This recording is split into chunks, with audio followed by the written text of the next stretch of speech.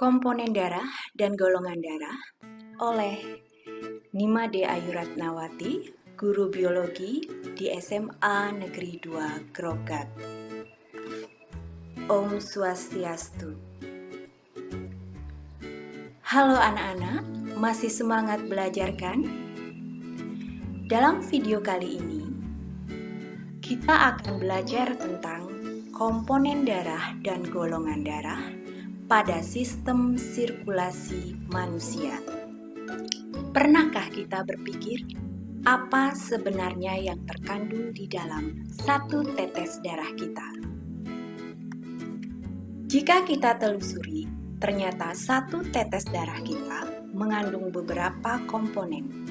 55% plasma darah dan 45% sel-sel darah. Yang pertama yaitu plasma darah.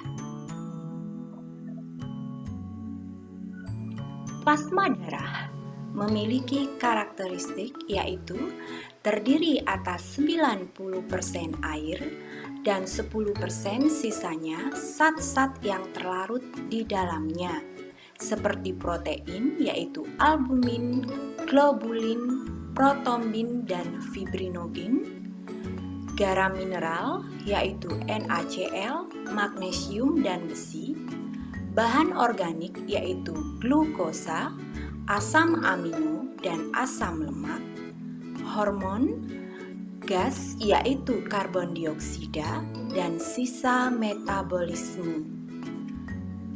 Plasma darah berfungsi sebagai pelarut zat-zat lain dan mengedarkan sari-sari makanan. Yang kedua adalah sel-sel darah. Ada 3 macam sel darah, yaitu eritrosit atau sel darah merah, leukosit atau sel darah putih, dan trombosit atau keping darah. Eritrosit atau sel darah merah memiliki karakteristik yaitu berbentuk bikonkav, tidak berinti, berwarna merah karena mengandung hemoglobin yang berperan mengikat oksigen dan karbon dioksida. Setiap milimeter kubik darah pada seorang laki-laki mengandung kurang lebih 5 juta eritrosit dan pada seorang perempuan terdapat kurang lebih 4 juta sel eritrosit. Saat dalam rahim ibu, eritrosit dibentuk dalam hati dan limpa. Setelah dilahirkan, eritrosit dibentuk dalam sumsum tulang. Eritrosit dapat berumur sampai 120 hari. Setelah mati, eritrosit akan dirombak menjadi bilirubin dan biliverdin di dalam hati.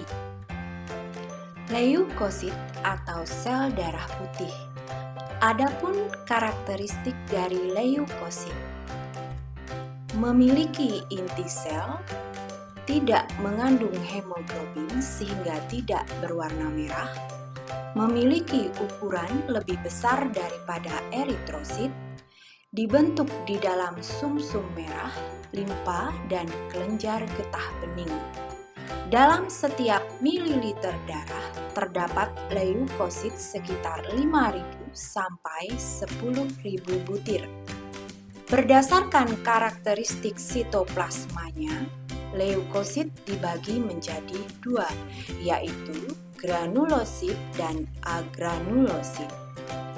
Berikut adalah tabel jenis sel darah putih atau leukosit yang terdiri dari granulosit, yaitu eosinofil, basofil, dan neutrofil, dan agranulosit terdiri dari limfosit dan monosit dengan bentuk sel dan karakteristik sesuai dengan yang terdapat pada tabel.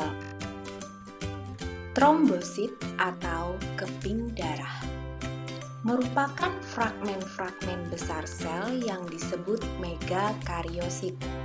Keping darah berukuran kecil dan bentuk tidak beraturan. tidak berhenti, masa hidup kurang lebih 10 sampai 12 hari.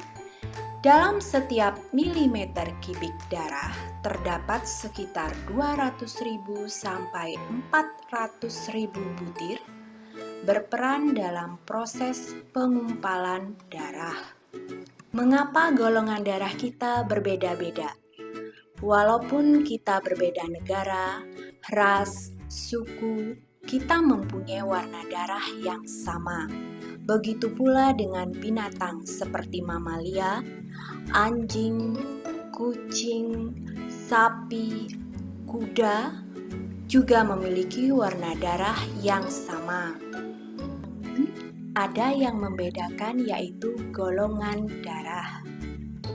Darah manusia dikelompokkan berdasarkan kandungan protein dalam darahnya.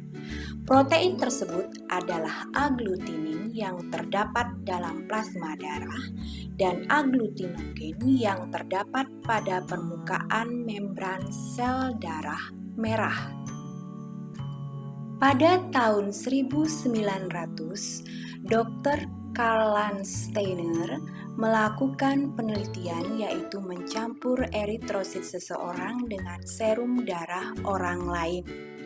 Pada percobaan pertama, terjadi penggumpalan atau aglutinasi, dan pada percobaan yang kedua tidak terjadi penggumpalan.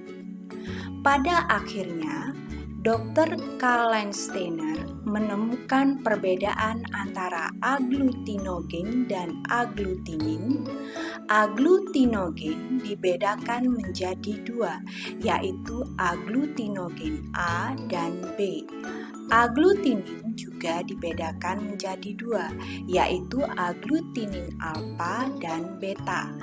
Atas dasar inilah Dr. Karl Landsteiner memperkenalkan sistem penggolongan darah ABO yang membedakan darah menjadi 4 golongan, yaitu golongan darah A, golongan darah B, golongan darah AB, dan golongan darah O. Kita lihat di tabel. Apabila eritrosit seseorang mengandung aglutinogen A, sedangkan plasma darahnya mengandung aglutinin beta atau anti B, maka orang tersebut bergolongan darah A. Penggolongan darah ABO berperan dalam transfusi darah.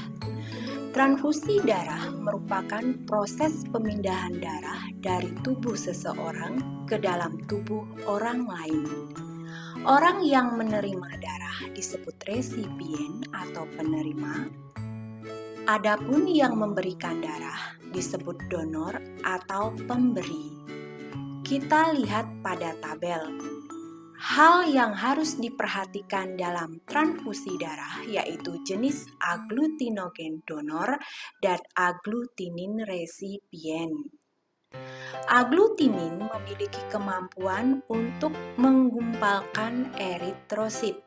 Jadi, apabila darah donor tidak sesuai dengan resipien, maka aglutinogen donor akan bercampur dengan aglutinin resipien dan mengakibatkan darah resipien menggumpal.